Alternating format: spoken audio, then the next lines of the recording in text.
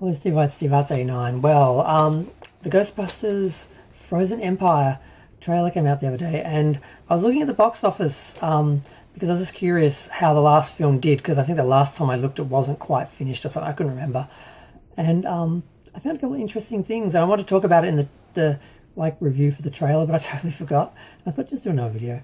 That way you can waffle on. Doesn't matter. But what I found really interesting was I just wanted to see how much the last film made and compare it to the 2016 film. Because a lot of people are saying how the 2016 film was a flop and the new Afterlife was going to be bigger and, all the fans were going to get into it and all that. And some interesting things happened. Afterlife actually made less money than 2016, but it cost about half the amount. 2016 cost $144 million, whereas Afterlife cost $75 million, so nearly half as much.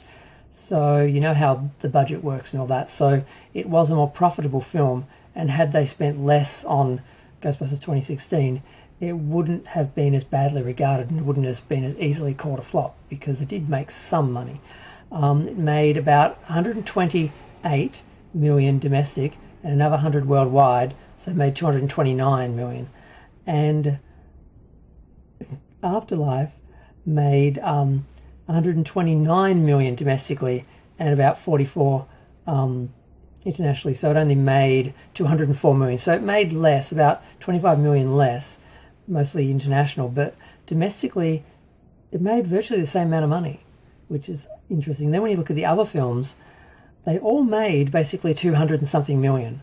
The original film made 243 domestically, which is a lot bigger domestically, and 53 internationally, so it made 296 million in the 80s. So yeah, that's a bit of money. But the second film made 102 locally, so like half, less than half, and 215 215 altogether. So it was 102 and then 112 locally, 102 internationally, 112. Sorry, I got them mixed up.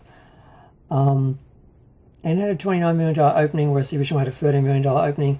And Afterlife and 2016 both had openings that were like 40 something million. Like 2016 was 46 million, and Afterlife was 44 million.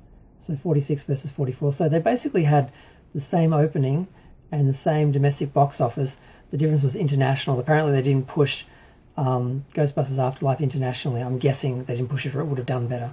I think it had more international appeal than 2016 had. Had different ages in the cast, different races in the cast, different genders in the cast, everything. It just was more diverse. It should have appealed for more. So I'm guessing they just didn't push it as hard. But the original films, the budgets were $30 to $40 million, 30 for the first film, 30 to 40 for the second film. It's a bit vague. And, the opening for the second film was about twice as much, but the actual box office was about half as much. But when you look at the two new ones, they're very close. So, I mean, yes, the original film made a lot of money in the 80s, and the second film made a fair amount of money in the 80s as well. But the two new films made very similar amounts. So the idea that Ghostbusters 2016 was just a giant flop is really, people did show up, they did watch it. I went to see it. Some people did enjoy it, some people didn't. People didn't think it needed to be made. I think they should have gone with the daughters of the Ghostbusters, or the children of the Ghostbusters, and some are women and some are men, and that would have been the best way to do it. They could have had women in the cast, men in the cast, old originals in the cast, new members in the cast. They could have had it be a continuation of the original story, rather than a reboot or a parody. So I can see why some people didn't like it and couldn't get on board, but I also know that some people are just misogynist and racist, and they didn't want women in the cast, and they also didn't want a black woman, even though the same people like Ernie Hudson, which they don't, these people aren't rational, so, But yeah, so it definitely did suffer a lot of hate, but it also did, parody and make fun of the original Ghostbusters and men in general. So both sides are guilty as far as I'm concerned. And I think Afterlife was trying to correct all that, and it looks like it did, but I haven't watched it yet. I'm going to have to just plan a whole evening where I watch all the films together, the three in the one universe and then the separate Ghostbusters 2016, and make a night out of it, and then probably if I do it on a Friday, then I can spend the weekend going through the TV series, because I got the TV series, The Real Ghostbusters, which I still haven't watched either. And I got a couple of episodes of the original Ghostbusters cartoon that was made into Filmation cartoon and an inspiration for the original films. So I want to watch that as well. So I got to catch up on my Ghostbusters.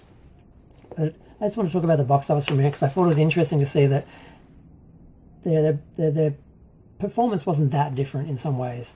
And really was just the budget, which they really did spend way too much on 2016, that did it in. Had it cost half as much, it would have been more successful than Afterlife, and people wouldn't be able to, attack it in the same way. So it's all really interesting to me anyway. I'm going to go. Feel free to share, like, comment, subscribe. Let me know what you think. Thanks. Bye.